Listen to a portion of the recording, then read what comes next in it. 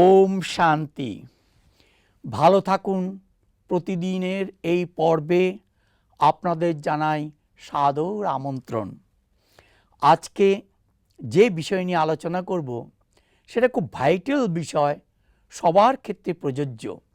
সেটা হলো এই, জীবনে চলার পথে যেমন অমাবস্যা আসে, পূর্ণিমা আসে, দিন হয়, রাত্রি হয়, তেমনি বিঘ্নও আসবে, আবার নির্বিঘ্নও থাকতে পারবেন। বিঘ্ন আসলে আমরা হায় হায় করতে থাকি, কি হবে কি হবে কি হবে।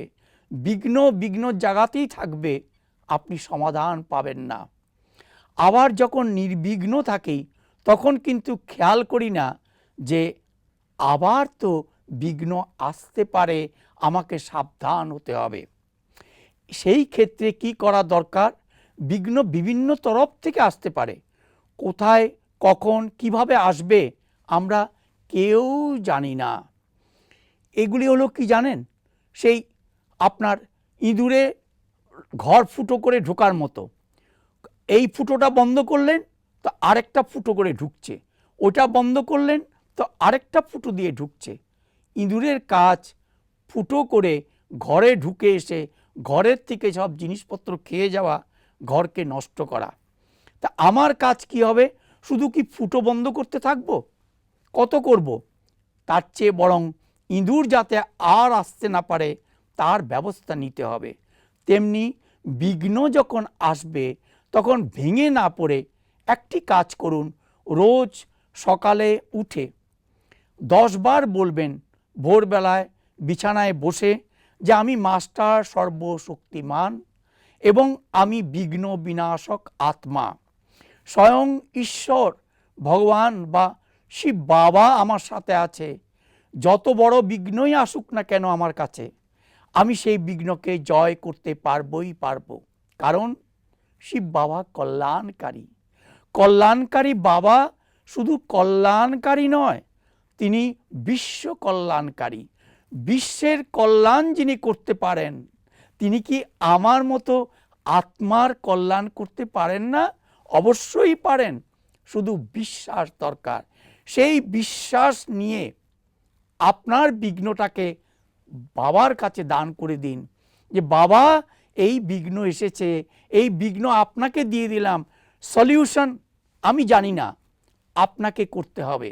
দায়িত্ব দিন। আমরা ভগবানের হাতে দায়িত্ব দিই না, নিজের কাছে রাখি।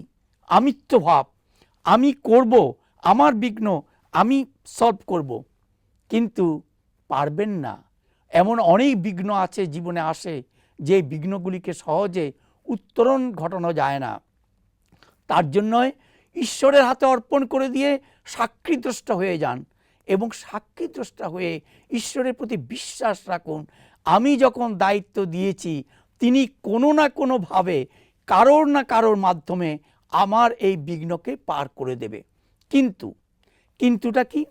কখনো কখনো কোনো না কোনো বিঘ্ন একদিনে বা 1 ঘন্টায় 1 মিনিটে শেষ হয়ে যায়। কোনো বিঘ্ন শেষ হতে একটু দেরি হয়। তখন ভাববেন যে নিশ্চয়ই আমার কর্মভোগ, আমার হিসাব কিতাব শেষ করার জন্য এটা দেরি করছে। এটা শেষ হয়ে গেলে ঈশ্বর অটোমেটিক আমাকে নির্বিঘ্ন করে দেবে এবং আমি নির্বিঘ্ন হয়ে জয়ী হয়ে আবার এগিয়ে যেতে পারবো। কারণ ঈশ্বরের সন্তান, ঈশ্বর বলেছেন যে আমার সন্তানের বিজয় মালা তার গলায় সব সময় আছে, সফলতা তার গলার হার। অতএব এই যদি সমানগুলি আমি ভাবি, তাহলে বিঘ্নর দিকে মন থাকবে না। বিঘ্নর প্রতি যত আপনি চিন্তা করবেন, বিঘ্ন নিয়ে যত ভাববেন, তত বিঘ্ন বেড়ে যাবে। সেই জন্য বিঘ্নকে দান করে দিয়ে নির্বিঘ্ন থাকার পথটাকে সুপথ করে দিন এবং বিশ্বাস, বিশ্বাস আর বিশ্বাস।